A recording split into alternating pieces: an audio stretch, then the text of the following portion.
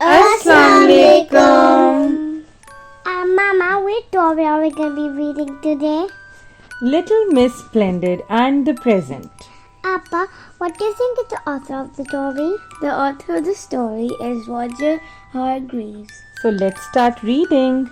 Little Miss Splendid was going on a long holiday.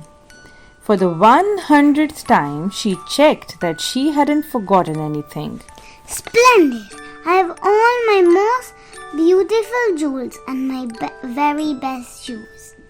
For the 200th time, she checked that her outfit was perfect.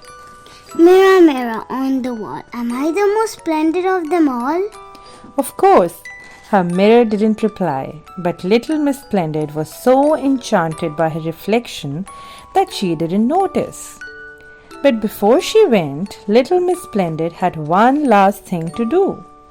She had organized a grand farewell party and had invited all her friends. A party? Grumbled Mr. Uppity as he arrived at Little Miss Splendid's home. Does she think we will miss her? Not at all. Good riddance.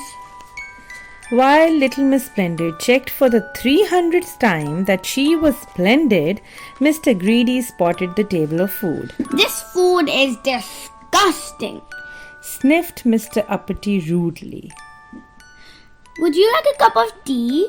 Offered Mr. Tall. Ordinary tea? Certainly not. Snapped Mr. Uppity. Little Miss Splendid appeared in her grand doorway and addressed the crowd.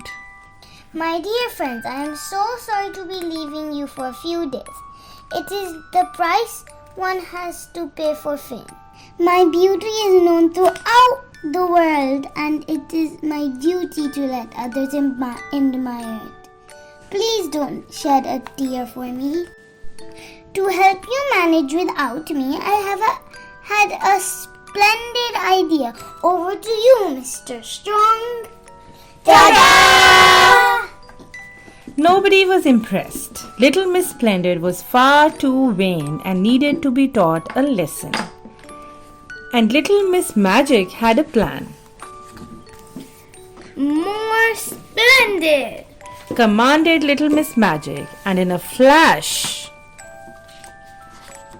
where the statue had once stood, there was a mountain of miniature statues of Little Miss Splendid, and each one was identical. As you can imagine, Little Miss Splendid was furious that the statue she had designed had been changed. Marvelous! Teased Mr. Tall. This statue will make a perfect doorstop. This will make an original garden gnome.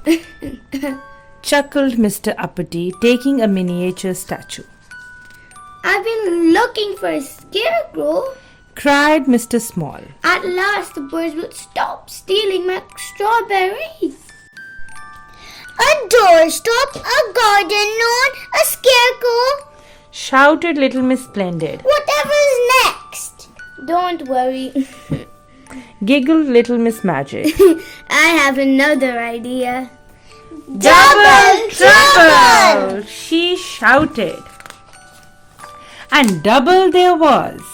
One Little Miss Splendid to go on holiday and one to stay at home. You look splendid, said Little Miss Splendid 1 to Little Miss Splendid 2.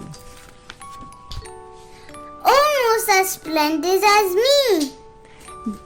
The end. So what do you think is the moral of the story? I think the moral of the story is I should not brag and always be humble. Wonderful. Now let's recite our bedtime prayers.